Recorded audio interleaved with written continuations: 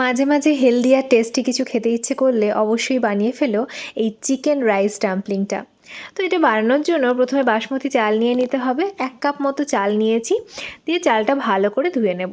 ধোয়ার পরে জলটা ফেলে দিয়ে আরেকটু জল দিয়ে কমসে কম আধা ঘন্টা রেখে দেবো। আধ ঘন্টা পরে জলটা ঝরিয়ে নিতে হবে।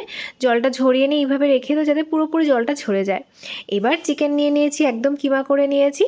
এবার তাতে একে একে পেঁয়াজ কুচি, গাজর কুচি, কাঁচা লঙ্কা কুচি দিয়ে ভালো করে মিশিয়ে নেব। সাথে দিতে হবে চিকেন মশলা, আর লবণ তো দিতেই হবে, আর আদা রসুন বাটা তো দিতেই হবে।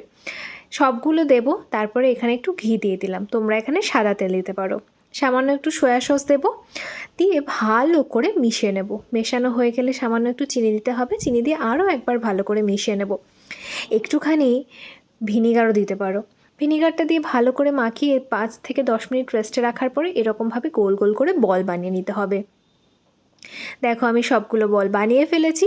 এবার চালটাকে একটা থালাতে স্প্রেড করে রেখে দিতে হবে। দেওয়ার পরে এইভাবে বলগুলোকে গায়ে মেখে নিতে হবে। এবার আর কি, মোমো বানানোর বাটিতে একটা একটা করে দিয়ে দেবে, ঢাকা দিয়ে 15 থেকে 20 মিনিট ভাপিয়ে নেবে। ভাপিয়ে নেওয়ার পরে তুলে দেখো কি সুন্দর হয়ে গেছে না। এবার একটু রং তো দিতেই হবে। আমি একটু ফুড কালার দিলাম, তোমরা এমনি তেলে হলুদকে গরম করে দিতে পারো।